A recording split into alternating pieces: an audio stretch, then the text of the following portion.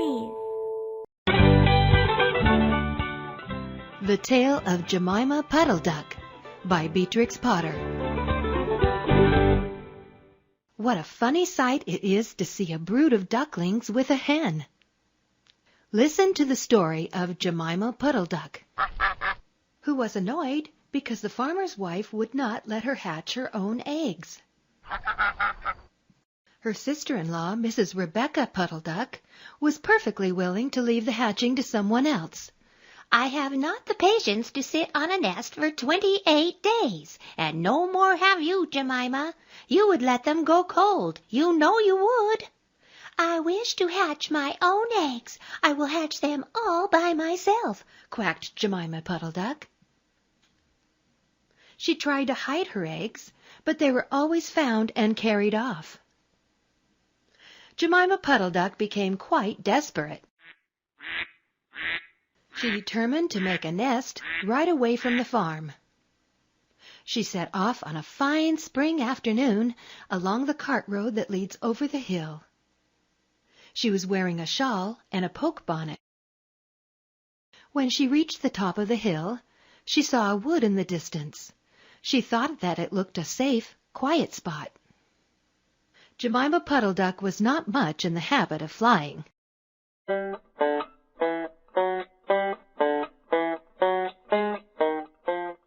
She ran downhill a few yards, flapping her shawl, and then she jumped off into the air.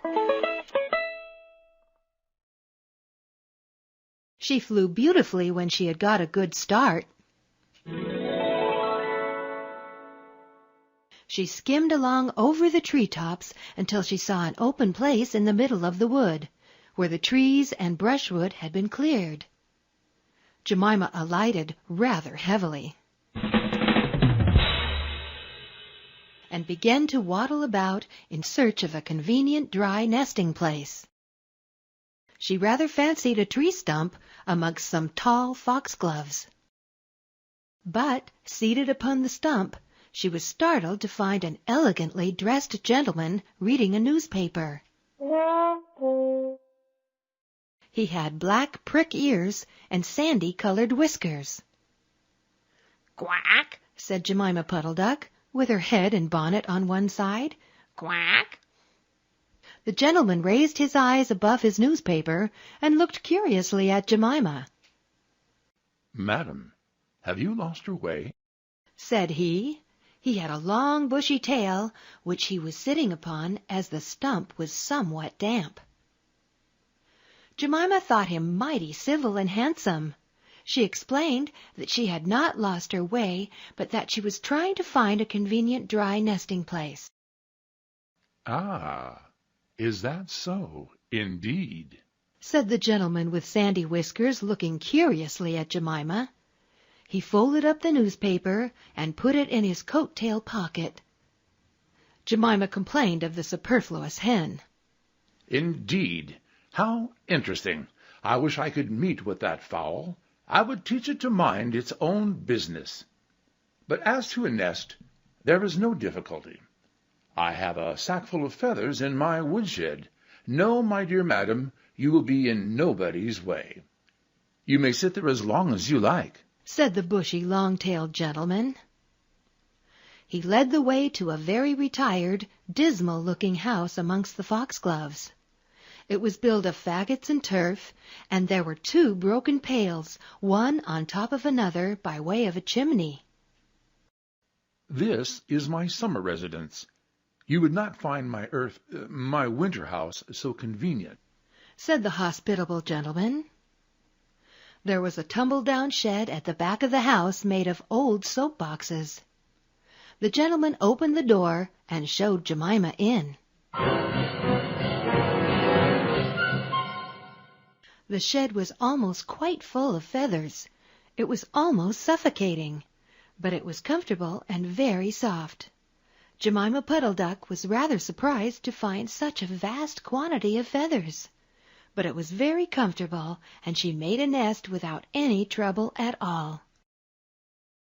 When she came out, the sandy-whiskered gentleman was sitting on a log reading the newspaper. At least he had it spread out, but he was looking over the top of it. He was so polite that he seemed almost sorry to let Jemima go home for the night.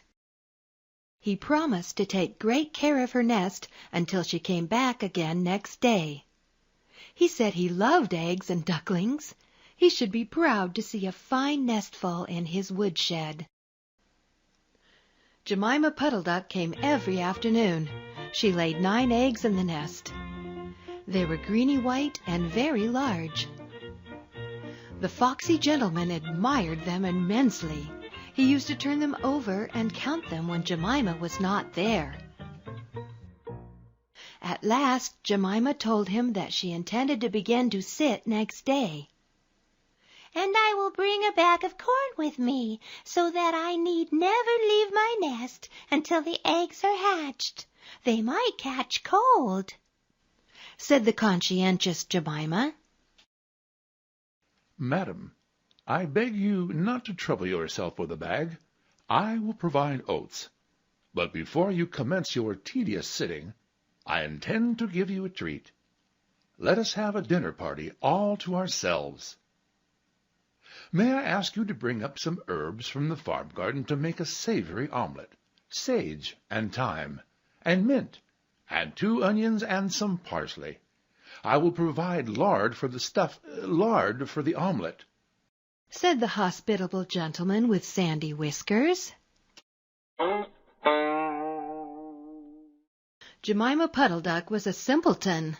Not even the mention of sage and onions made her suspicious. She went round the farm garden, nibbling off snippets of all the different sorts of herbs that are used for stuffing roast duck. "Uh-oh!" And she waddled into the kitchen and got 2 onions out of a basket. The collie dog Kep met her coming out. "What are you doing with those onions?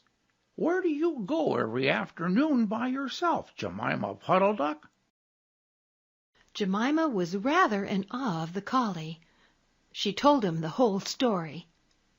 The collie listened with his wise head on one side. He grinned when she described the polite gentleman with sandy whiskers. He asked several questions about the wood and about the exact position of the house and shed. Then he went out and trotted down the village. He went to look for 2 foxhound puppies who were out at walk with the butcher. Gemima Puddle Duck went up the cart road for the last time on a sunny afternoon. She was rather burdened with bunches of herbs and 2 onions in a bag. She flew over the wood and alighted opposite the house of the bushy, long-tailed gentleman. He was sitting on a log. He sniffed the air and kept glancing uneasily round the wood. When Jemima alighted, he quite jumped. "Come into the house as soon as you have looked at your eggs. Give me the herbs for the omelet. Be sharp." He was rather abrupt. Gemima Puddle Duck had never heard him speak like that. She felt surprised and uncomfortable. While she was inside, she heard pattering feet round the back of the shed. Someone with a black nose sniffed at the bottom of the door, and then locked it. Jemima became much alarmed. A moment afterwards, there were most awful noises. Barking, baying, growls and howls, squealing and groans, and nothing more was ever seen of that foxy whiskered gentleman. Presently Kep opened the door of the shed and let out Gemima Puddle Duck. Unfortunately, the puppies rushed in and gobbled up all the eggs before he could stop them. He had a bite on his ear, and both the puppies were limping. Gemima Puddle Duck was escorted home in tears on account of those eggs. She laid some more in June, and she was permitted to keep them herself, but only 4 of them hatched. Gemima Puddle Duck said that it was because of her nerves. but she had always been a bad sitter.